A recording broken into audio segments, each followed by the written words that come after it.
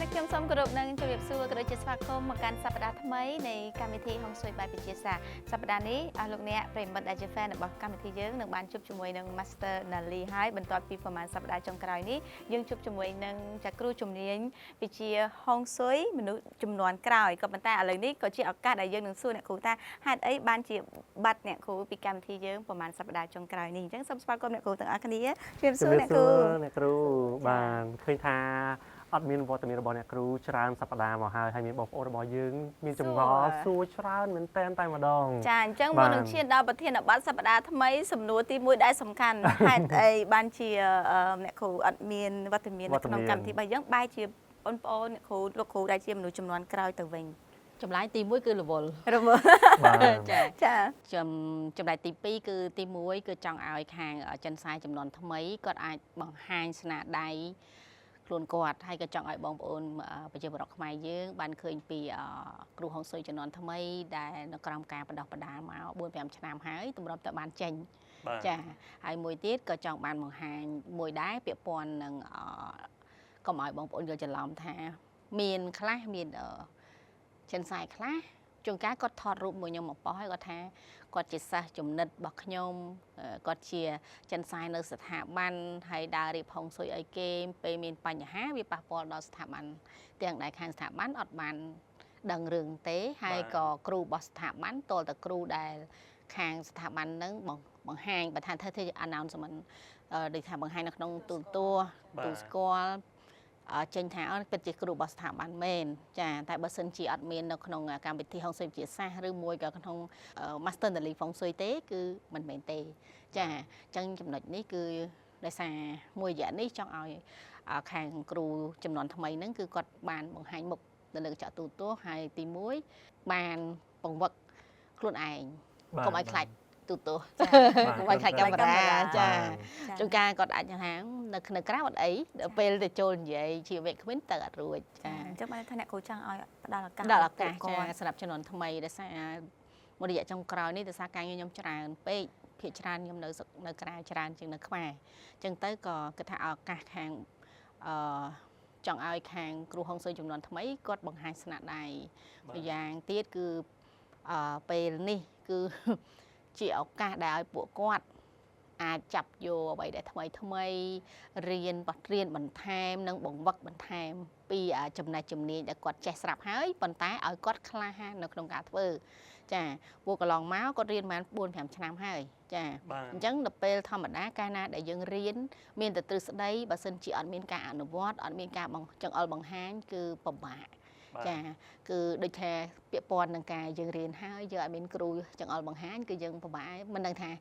យើងយករូបមន្តមកធ្វើហ្នឹងត្រូវឬខុសមិនចឹងចាហ្នឹងចឹងណាមួយពេលខ្លះទៅគាត់រៀនគាត់ចេះឬក៏គាត់បកកាយក៏ដោយតែអត់បានឱកាសពីថ្នាក់លើឬក៏ពីគ្រូរបស់ខ្លួនឯងក៏ទៅមុខអត់រួចដែរអញ្ចឹងឃើញថាអ្នកគ្រូឱកាសគាត់នេះពេលវេលាដែលគាត់ក្តាប់បានមែនតើចាពួកអាចនិយាយមួយបានថាស្ពេចរបស់ខាងស្ថាប័នរបស់ខ្ញុំគឺរៀងស្ពេចខ្ពស់សម្រាប់ការជ្រើសរើសបង្វឹករបស់គ្រូជំនាញទី1បើសិនជាយើងគិតថារៀនបកកាយតែមួយយ៉ាងក៏មិនប្រកាសថាប្រឡងជាប់ដែរព្រោះទី1គឺអត្តចរិតគឺសំខាន់ចាការចំណេះជំនាញចាការរៀនសូត្រជំនាញមានហើយប៉ុន្តែអត្តចរិតមិនល្អមិនស្មោះត្រង់គ្មានគុណធម៌យកវិជ្ជាទៅបោកប្រាស់អ្នកដទៃគឺដាច់ខាតខ្ញុំអត់ទទួលទេចាតែបើសិនជាអ្នកនឹងមានគេហៅស្មោះត្រង់មានគុណធម៌ស័ក្តិសមជាគ្រូហុងស៊ុយដែលយើងអាចទៅបដោះបានយើងបដោះតទៅទៀតចាអញ្ចឹងសម្រាប់អ្នកដែលគ្រូដែលបង្ហាញនៅក្នុងកម្មវិធីហុងស៊ុយវិទ្យាសាស្ត្រកន្លងមកនេះគឺសិតតែអ្នកដែលចម្រាញ់ហើយចាអញ្ចឹងបានជាខ្លាំងមែនអ្នកគ្រូពួកគាត់បកកាយខ្ញុំតែនិយាយថាការរៀនហុងស៊ុយមិនមែនរៀនមួយវគ្គពីរវគ្គហើយខ្លាចជាចុះហុងស៊ុយ Master ទេចាម្នាក់ក៏ត្រូវមានបទពិសោធន៍ 4-5 ឆ្នាំដែរដូចនៅក្នុង IASA ដែលយើងចង់ប្រឡងធ្វើជាហុងស៊ុយ Master ប្រឡងយកសញ្ញាបត្រ Master បាទសមាគមហុងស៊ុយអន្តរជាតិដែលគេទទួលស្គាល់នៅអន្តរជាតិហ្នឹងលុះត្រាតែគាត់រៀនចប់ហើយគាត់ practice បានន័យថាគាត់អនុវត្ត3ឆ្នាំសិននៅពេលដែលអនុវត្ត3ឆ្នាំហើយបានគាត់មានសិទ្ធិទៅប្រឡងចាហើយការប្រឡងជួនកាល1ឆ្នាំអត់ជាប់2ឆ្នាំអត់ជាប់3ឆ្នាំអត់ជាប់ ដូចនៅខាងប្រទេសជិតខាងរបស់យើង3 4ឆ្នាំហើយប្រឡងលេខជាប់ប្រឡងអត់ជាប់ហើយឈប់ប្រឡងហ្មងចាចានៅពេលហ្នឹងឯងប្រទេសជិតខាងទាំងលិចទាំងកើតហ្នឹងចាអញ្ចឹងហើយបើថាបើសិនជាតាមក្បួនខ្នាតច្បាប់របស់ក្រុងហុងស៊ុយហ្មងដែលគេមានគេហៅក្របខ័ណ្ឌពិតប្រាកដគឺតឹងរ៉ឹងខ្លាំងសម្រាប់ជំនាញគ្រូហុងស៊ុយមិនមែនបានន័យថាយើងមានលុយយើងគាត់ទៅរៀនតាមសាលាបែបសតខុសហើយយើងមករៀន2 3វគ្គហើយខ្លាចជាហុងស៊ុយ Master គឺមិនមែនទេចាព្រោះហុងស៊ុយ Master វាមានអ្វីដែលវាល្អិតល្អន់ជាងនឹងទៀតបើអ្នក consultant ឲ្យគេបើសិនជាសមត្ថភាពយើងអត់ដល់ហើយចំណេះជំនាញយើងអត់ច្បាស់លាស់យើង consultant គេអត់កើតទេចាគេហៅថានៅក្នុងប្រអប់ចាគឺអត់កើតទេអញ្ចឹងវាចឹងទៅការអនុវត្តឲ្យច្បាស់លាស់បានអាចទៅរួច ចាអរគុណអ្នកគ្រូណាដែលបានបកស្រាយនឹងជំរាបប្រិយមិត្តទាំងអស់គ្នានៅចម្ងាយដែលឆ្ងាយថាហេតុអីអត់មានវត្តមាន Master Nali ក្នុងកម្មវិធីរបស់យើងច្រើនសប្តាហ៍អញ្ចឹងបងប្អូនខ្លះយល់ថានេះគឺជាការផ្ដល់ឱកាសឲ្យមនុស្សចំនួនក្រោយបងប្អូនខ្លះទៀតក៏នៅតែគិតថាទោះបីជាអ្នកគ្រូរវល់ប៉ុណ្ណាមិនគួរអត់មាននៅក្នុងកម្មវិធីដែរចាអញ្ចឹងពួកគាត់នៅតែទទួលចង់បានអ្នកគ្រូជាពិសេសនៅពេលដែលតាក់ទងទៅនឹងរដូវកាលសំខាន់ម្ដងដែលគាត់គិតថាមានតែ Master Nali ទេដែលនិយាយចែកចាយព័ត៌មានទៅគាត់អាចយកជាការបានហើយគាត់ជឿជាក់ខ្លាំងចាចំណុចហ្នឹងហើយមិនថារដូវកាលសំខាន់គឺតួរវល់ប៉ុណ្ណាគេទៅឆ្លៀតដែរប៉ុន្តែពិតជារវល់មែនចាប៉ុន្តែឥឡូវចិត្តឆេងមេងហើយចាចិត្តឆេងមេងអញ្ចឹងនៅពេលដែលចិត្តឆេងមេងយើងត្រូវដឹងថាសម្រាប់បងប្អូនខ្មែរកាត់ចិនក៏គាត់ត្រូវការសែនឆេងមេងចាហើយរៀងរាល់ឆ្នាំតែគាត់ត្រូវគួរប្រយ័ត្នបែបណា